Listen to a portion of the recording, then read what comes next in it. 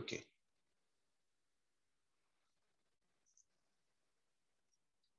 ठीक है। तो हम पिछले दिनों पर लेवी व्यवस्था की पुस्तक पढ़ रहे थे। लेवी व्यवस्था की पुस्तक का अर्थ क्या है, ठीक है, उस शब्द का अर्थ क्या है, और इन सारी बातों को हमने देखा। और साथ ही साथ हमने देखा कि बलिदान, ठीक है। तो पहला जो आउटलाइन है, रूपरेखा है, पवित्र परमेश्वर की आराधना। पवित्र परमेश्वर की आराधना किस प्रकार करना है उसके बारे में हम लोग सीख रहे थे। और हम देखा कि बलिदान कितने होते हैं, कितने बलिदान होते हैं, 5 बलिदान होते हैं, है ना।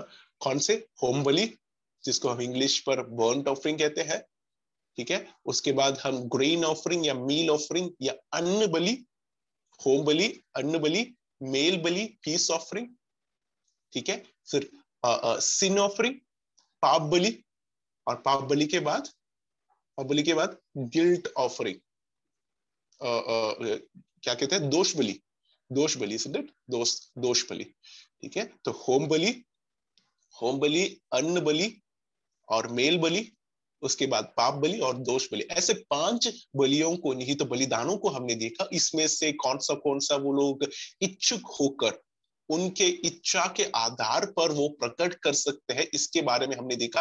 कितना बलिदान है उनकी इच्छा के द्वारा वो लोग प्रकट करने वाला? 3 बलिदान, है ना। 3 बलिदान उनकी इच्छा के अनुसार वो लोग प्रकट करने वाला बलिदान है। पहला 3 बलिदान वो होम बलि हो गया, अन्न बलि हो गया, मेल बलि हो गया।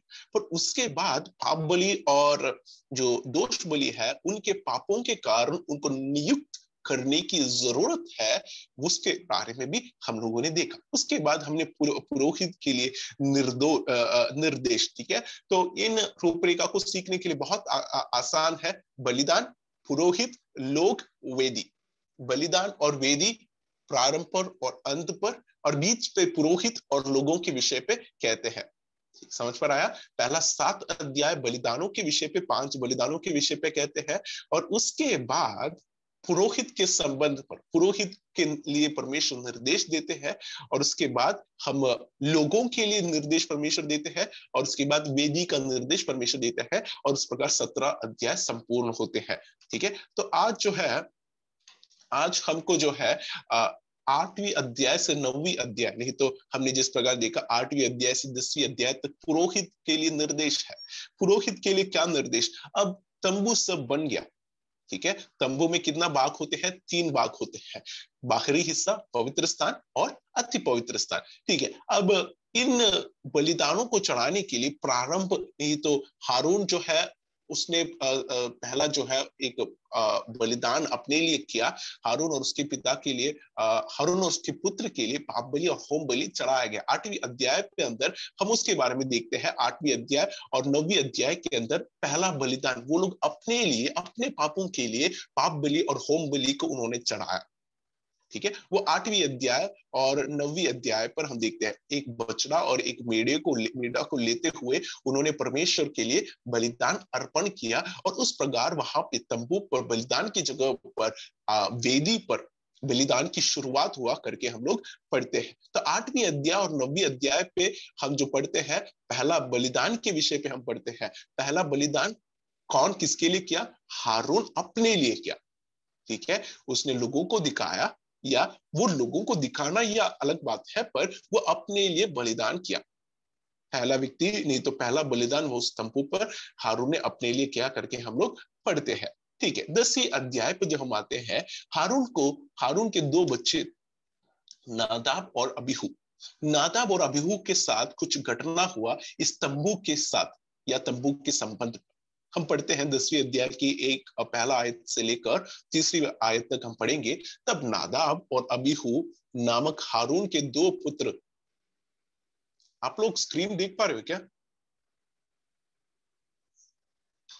एक minute.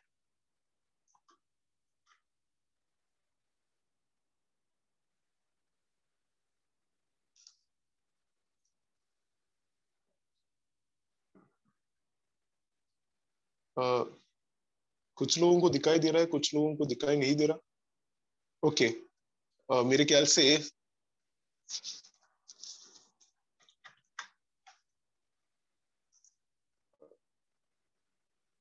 Okay, the meeting has reached maximum number. अब 100 लोग हो चुके हैं मेरे ख्याल से, वो डिस्कनेक्ट हो गया था। अब ओके, मैं आप लोगों को बताता हूं, मैं आप लोगों को सुनाता हूं, आप लोग बाइबल आपके साथ रखिएगा। 10वीं अध्याय की पहले आयत से लेकर 30वीं आयत तक। तब नादाब और अबीहू नामक हारून के 2 पुत्र ने अपना अपना धूप दान लिया और उनमें आग भरी और उसमें धूप डालकर उस अनुचित आग, ध्यान देना, अनुचित आग को जिसकी आज्ञा यहोवा ने नहीं दी थी, यहोवा के सन्मुख अर्पित किया। ठीक है, एक अनुचित आग यहोवा के सन्मुख इन 2 बेटे लोगों ने, किसका बेटा है, इस हारून का बेटा नादाब और अबीहू ने अर्पित किया।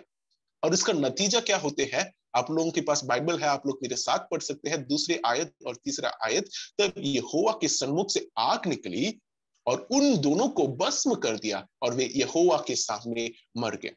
तब मूसा ने हारून से कहा, यह वही बात है जिसे यहोवा ने कहा था कि जो मेरे समीप आए अवश्य कि वह मुझे पवित्र जाने और सारी जनता के सामने मेरी महिमा करे। और हारून चुप रहा। देखिए 8वीं अध्याय 9वीं अध्याय के अंदर हारून ने पहला बलिदान को अर्पण किया। ठीक है, पाप बलि और होम बलि को उसने चढ़ाया, उसने उसके लिए और अपने बेटे के लिए, अनित अपने बच्चों के लिए उसने इस बलिदानों को चढ़ाया। पर ठीक उसके बाद 10वीं अध्याय पर हम पढ़ते हैं कि वो लोग जो अर्पण करना चाहिए था उसको ना करने के वजह से उसका नतीजा क्या बना। उसका नतीजा हम देखते हैं, यहोवा के सन्मुख से आग निकली और उनको भस्म कर दिया। ठीक है, परमेश्वर पवित्र है, परमेश्वर की आज्ञा से एक बूंद वहां को एक यहां को भी वो लोग हिल नहीं सकते थे। परमेश्वर की आज्ञा को संपूर्ण रीति से उनको मानना अनिवार्य था, जिसके वजह से वहां पर एक और निर्देश नहीं तो एक और बात को परमेश्वर ने समझाया, जो कोई मेरे पास आते हैं वो पवित्र होना चाहिए, साथ ही साथ वो जो निर्देश मैंने दिया है उसी को ही तुमको करना है। एक और बात परमेश्वर ने वहां पर हारून को समझाया, पवित्र स्थान पर तो तुम लोग आ सकते हैं, पवित्र स्थान पर क्या क्या है। ठीक है, पवित्र स्थान पर हम लोग जानते हैं कि वहां पे रोटियां वो लोग बदलते हैं, दीवट पर दिया वो लोग जलाते हैं सुबह शाम। ठीक है, वो लोग जलाते हैं, उस प्रकार वो लोग सब कुछ कर सकते हैं। पर वहां पे जो है अति पवित्र स्थान की ओर वो लोग जो है साल में कितने बार आ सकते हैं। अति पवित्र स्थान की ओर साल में एक ही बार। वो कौन आ सकता है, सब लोग आ सकते हैं, सारे लोग आ सकते हैं, नहीं, वहां पर महापुरोहित जो है हारून जो है साल में एक ही बार आ सकते हैं। तो 8वीं अध्याय से 10वीं अध्याय तक जो है हम पढ़ते हैं, हारून से परमेश्वर ने निर्देश दिया, तुझे मरना नहीं है, अगर तुझे नहीं मरना तो इस अति पवित्र स्थान पर जिस दिन मैं बोलूंगा, नहीं तो जिस दिन को निर्देश दिया है उस दिन के अलावा बिल्कुल भी नहीं आ सकते। ठीक है, तो वहां पर एक आदेश भी दिया कि महापवित्र स्थान या अति पवित्र स्थान। अब अति पवित्र स्थान और पवित्र स्थान को किस प्रकार अलग किया है, एक कर्टन से, है ना, हमने देखा था एक पर्दे से जो है अति पवित्र स्थान और पवित्र स्थान को अलग किया है। अति पवित्र स्थान की ओर वो साल में एक ही बार जा सकते हैं। ठीक है, हम आगे बढ़ते हैं। तो नादाब और अबीहू की मौत हम 10वीं अध्याय पे देते हैं और उसके साथ ही साथ परमेश्वर यहाँ पे आज्ञा भी देते हैं कि तुमको जो है साल में एक ही बार अति पवित्र स्थान की ओर भी तुम आ सकते हैं। ठीक है, हम आगे बढ़ेंगे। अब लोगों के लिए निर्देश हम 11वीं अध्याय से 15वीं अध्याय तक देखते हैं। दूसरी बात हमने देखा था कि पुरोहित के लिए निर्देश, पुरोहित लोगों ने, हारून ने अपने लिए और अपने बच्चों के लिए बलि चढ़ाए और उसके बाद उसके बच्चे मर गए, और बच्चे जब मर गए परमेश्वर ने आदेश दिया, निर्देश दिया कि तुम इस प्रकार और इस प्रकार करेंगे, नहीं तो तुम मृत्यु पाएंगे। पवित्र परमेश्वर है, पवित्र परमेश्वर के निर्देश के अनुसार के अलावा एक लाइन भी, एक डॉट भी तुम लोग आगे नहीं करना। ठीक है, अब 11वीं अध्याय से 15वीं अध्याय तक हम लोगों के लिए निर्देश देते हैं। ठीक है, 11वीं अध्याय, स्वच्छ और अशुद्ध जानवर क्या खाना चाहिए और क्या नहीं खाना चाहिए। ठीक है, और 11वीं अध्याय पर जब हम आते हैं वहां पे परमेश्वर इन लोगों को आदेश देते हैं कि तुमको क्या खाना चाहिए, something which is Holi and something which is unclean और अनहोली, शुद्ध और अशुद्ध, इसके बारे में परमेश्वर ने उनको एक अलगापन एक भेदभाव करके दिया कि तुम इन सारे जानवरों को खा सकते हैं पर इन सारे जानवरों को नहीं खाना। ठीक है, और ये निर्देश 11वीं अध्याय पे परमेश्वर देते हैं। ठीक है, अब 12वीं अध्याय पर बच्चे के सिलसिले पे या बच्चे के जन्म के सिलसिले पे अशुद्धता के बारे में हम देखते हैं। 12वीं अध्याय के बारे में हम पढ़ते हैं, नई माँ को अशुद्ध माना जाता था, यानी बच्चा पैदा होने के बाद उसके प्रारंभ दिनों पर उसको अशुद्ध माना जाता था। यदि बच्चा नर होता, मेल नर होता, तो अशुद्धता 7 दिन तक रहती और 8वें दिन तक बच्चे का खतना किया जाना था। ठीक है, सर्कमसिशन इसराइल के बीच पर कौन से उम्र पर किया जाते हैं? 8वें दिन पर। बच्चा पैदा होने के बाद खतना जो है वो 8वें दिन पर किया जाते हैं। ओके, तो 8वें दिन पर खतना किया जाते हैं। पर माँ की शुद्धि का समय 33 दिनों तक चलेगा। यदि बच्चा स्त्री होता तो अशुद्धता और शुद्धि का समय दुगना हो जाता था।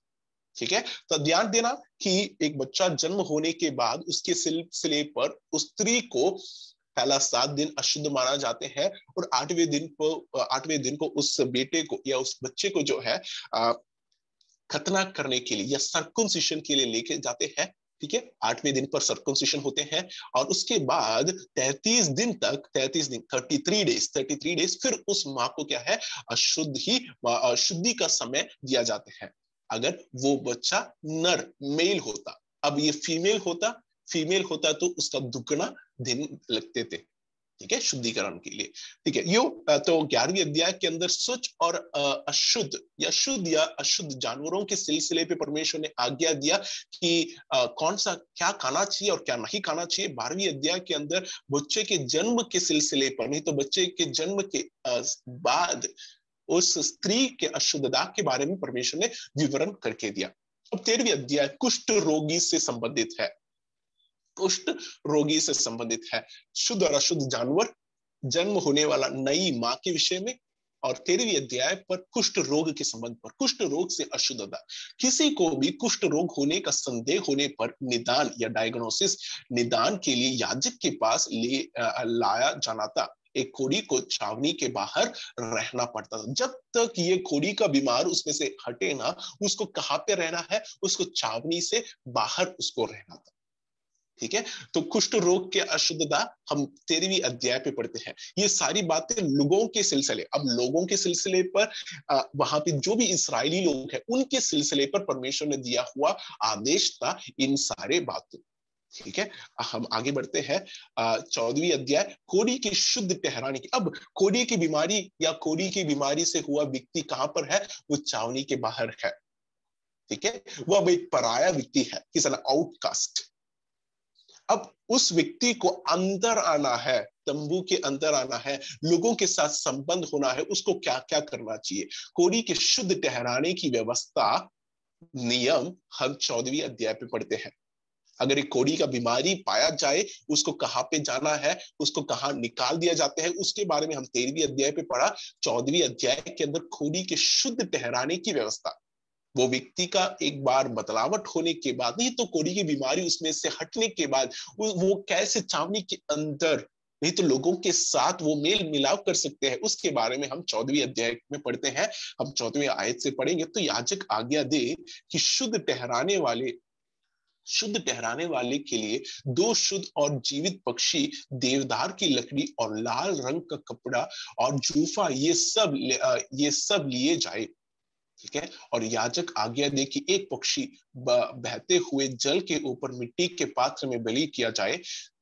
तब वो जीवित पक्षी को देवदार की लकड़ी और लाल रंग के कपड़े और जूफा, इन सभी को लेकर एक संख उस पक्षी के लहू में जो बहते हुए जल के ऊपर बलि किया गया है डुबा दे, और कोढ़ी से शुद्ध ठहरने वाले पर 7 बार छिड़क कर उसको शुद्ध ठहराए। तब उस जीवित पक्षी को मैदान में छोड़ दो, और शुद्ध ठहराने वाले अपने वस्त्रों को धोए और सब भाग मुंडवाकर जल से स्नान करे, तब वो शुद्ध ठहरेगा। उसके बाद वो छावनी में आने पाए, परंतु 7 दिन तक अपने डेरे से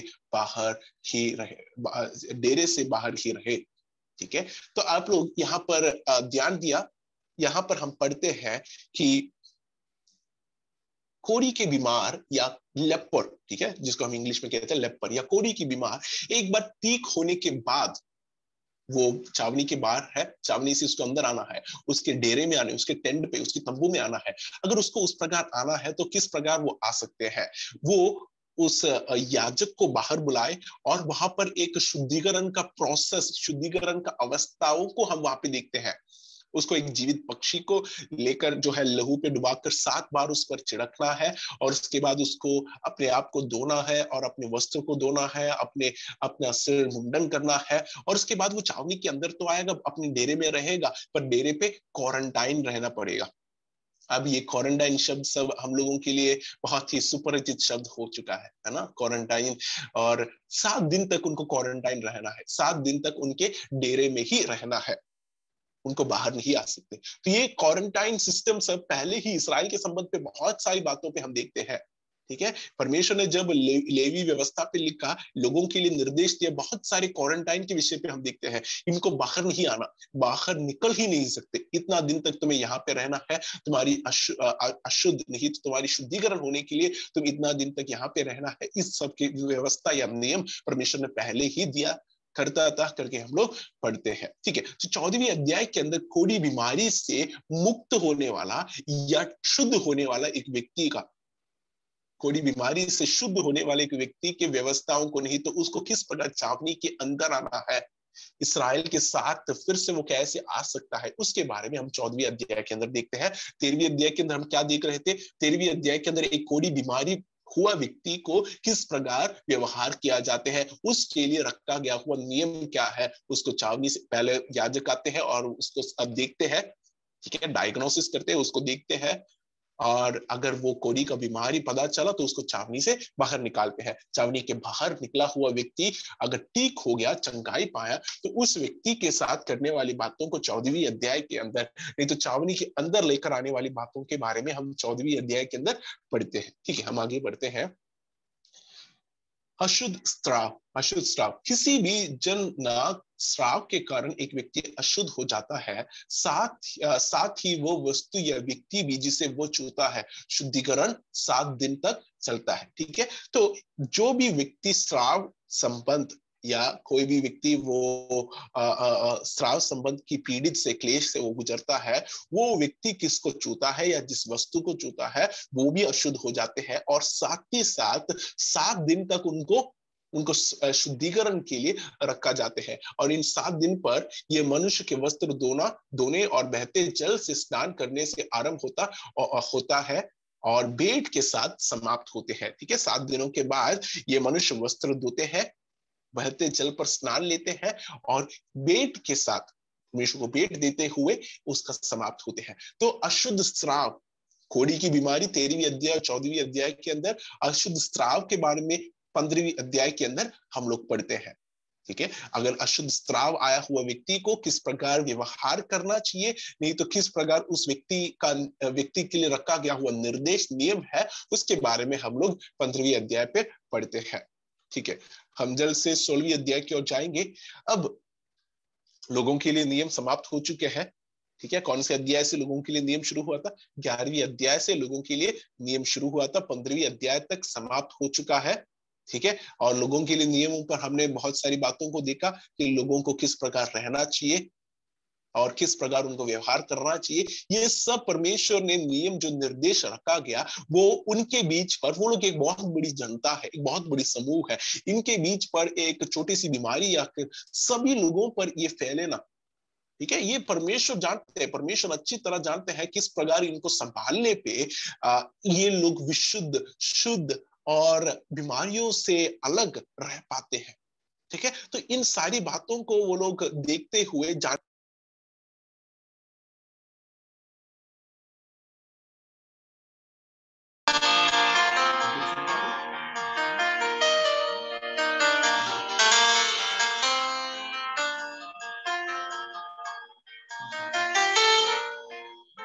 Amazing.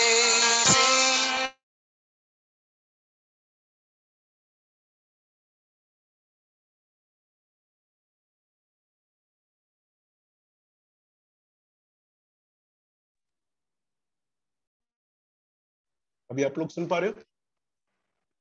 Okay, thank you thank you thank you. Okay, तो 11वीं अध्याय से 15वीं अध्याय तक हम लोगों ने देखा 11वीं अध्याय के अंदर शुद्ध और अशुद्ध जानवर के विषय में, क्या तुम्हें खाना चाहिए क्या नहीं खाना चाहिए। ठीक है, शुद्ध और अशुद्ध जानवरों के विषय पर परमेश्वर ने इसलिए दिया कि ये खाने से तुम बीमार हो सकते हैं, तुम्हारे बीच में क्लेश आ सकते हैं। तो परमेश्वर ने निर्देश दिया कि ये शुद्ध है, ये अशुद्ध है, इसी को तुम खाना है, इसको तुम नहीं खा सकते। 11वीं अध्याय के अंदर उसके बारे में हम देखते हैं। 12वीं अध्याय के अंदर एक नई माँ के विषय पर, एक नई माँ नहीं तो एक नए बच्चे को जन्मा हुआ माँ के विषय पर, वो उसकी शुद्धिकरण कितने दिन तक चलते हैं, खतना कौन से दिन पर किया जाते हैं, ठीक है, और उसके बाद उसको कितना दिन और उसको संभालना है, नहीं तो शुद्धिकरण के लिए उसको रहना है, उसके बारे में हम लोग देखते हैं 12वीं अध्याय के अंदर। 13वीं और 14वीं अध्याय के अंदर हम किसके बारे में पढ़ते हैं?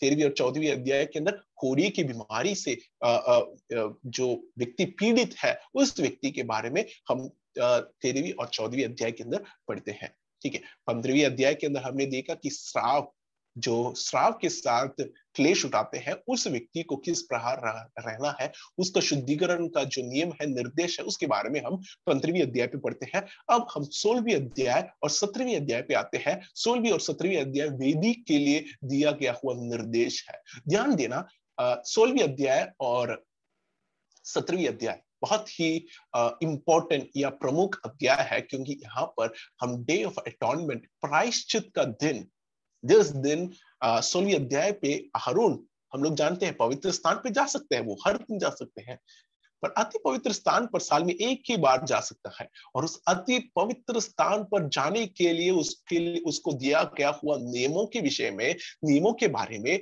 और उसको किस प्रकार अपने आप को शुद्ध करना है, उसके बारे में, इन सारी बातों को हम 16वीं अध्याय पे देखते हैं। व्यक्तिगत पाप के लिए विभिन्न बलिदान निर्धारित किए गए थे, परंतु 7वें महीने का, ध्यान देना, कौन से महीने का? 7वें महीने का 10वां दिन इस्राएल के लिए विशेष दिन था। क्यों? क्योंकि उस दिन महायाजक परम पवित्र स्थान में प्रवेश करेगा और सारी जाति के पापों का प्रायश्चित करेगा। तो परम पवित्र स्थान पर जाने के कारण क्या था? साल में एक ही बार परम पवित्र स्थान पर जाते थे, और परम पवित्र स्थान पर एक व्यक्ति के पापों के लिए नहीं, परंतु पूरे संसार, पूरे जाति के पापों के लिए, नहीं तो पूरे इस्राएल के उस जाति के पापों के लिए लेते हुए, नहीं तो पापों की बलिदान को लेते हुए, जो है पुरोहित या याजक उस परम पवित्र स्थान पे जाते थे। तो व्यक्तिगत बलिदानों के लिए, ठीक है, या व्यक्तिगत पापों के लिए विभिन्न बलिदानों के बारे में हमने देखा। पाप बलि हो गया या दोष बलि हो गया, उस प्रकार हमने 2 बलिदानों के बारे में, हम पापों के बलिदानों के विषय पे देखा। नहीं तो व्यक्तिगत और भी बलिदान है, होम बलि, अन्न बलि और मेल बलि, ऐसे बलिदान भी है। तो ये सब व्यक्तिगत बलिदान है, पर पूरे जाति के लिए एक ही बलिदान था, एक ही बलिदान एक ही साल पर होता था, वो था जो प्रायश्चित का दिन। हारून को प्रायश्चित के दिन को छोड़कर परम पवित्र स्थान में प्रवेश नहीं करना था। ध्यान दिया आप लोगों ने? उसको उस दिन छोड़कर नहीं प्रवेश करना था। प्रवेश करने से पहले उसे अपने लिए पाप बलि, होम बलि, फिर स्नान और खुद को टीक से पहनना भी था। उसको क्या क्या करना है? देखिए, प्रायश्चित के दिन, डे ऑफ अटॉर्नमेंट पे, उनको हारून ही, सिर्फ वो ही जाते हैं उस परम पवित्र स्थान पर। और उस परम पवित्र स्थान पर जब वो खुद अकेला जाते हैं, उसको क्या क्या करना है? पाप बलि, होम बलि, उसको स्नान लेना है, साथ ही साथ पुरोहित के वस्त्र के बारे में हमने देखा था, उनके अंग के बारे में हमने देखा था, उनको किस प्रकार का ड्रेस, कपड़ा उनको पहनना है, उसको ठीक रीति से पहनना है, और उसी के बाद ही वो अंदर की तरफ, नहीं तो इस परम पवित्र स्थान पर वो जाते हैं। ठीक है, और 2 बकरियों का चयन किया जाना था।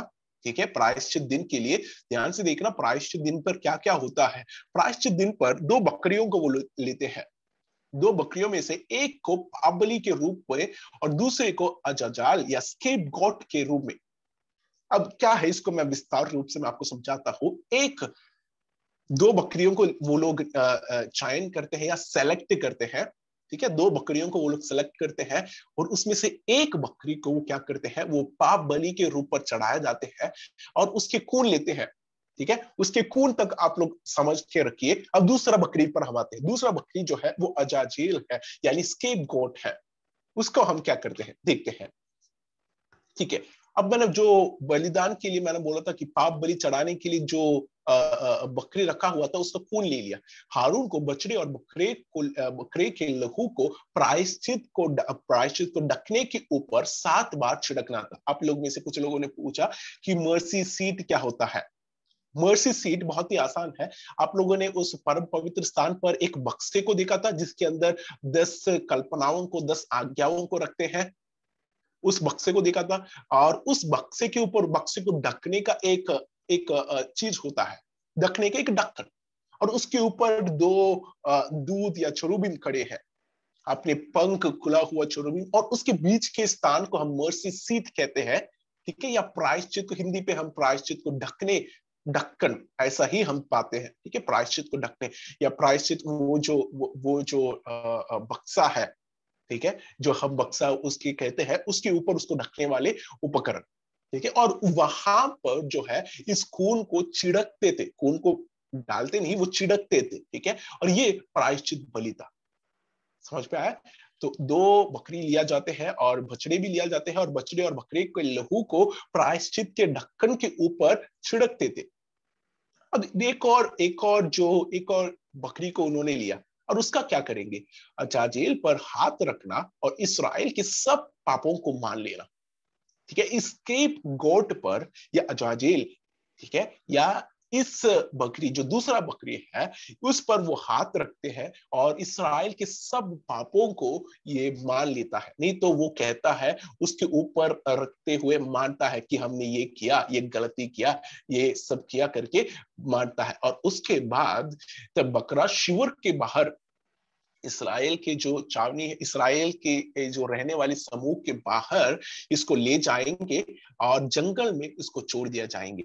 ये एक प्रतीकात्मक रूप से लोगों के पापों को दूर लेकर गया, इसको दिखाने के लिए चाहते हैं। Symbolically it was showing that the people's sin was taken away, लोगों का पाप दूर लेकर गया, इसको समझाते हैं। ठीक है, तो प्रायश्चित के दिन पर, प्रायश्चित का दिन बहुत बड़ा दिन है, और उस दिन पर क्या क्या होते हैं? उस दिन पर एक अजाजेल होते हैं, अजाजेल के ऊपर वो लोग हाथ रखकर सारे पापों को मान लेते हैं। Azazel means escape God.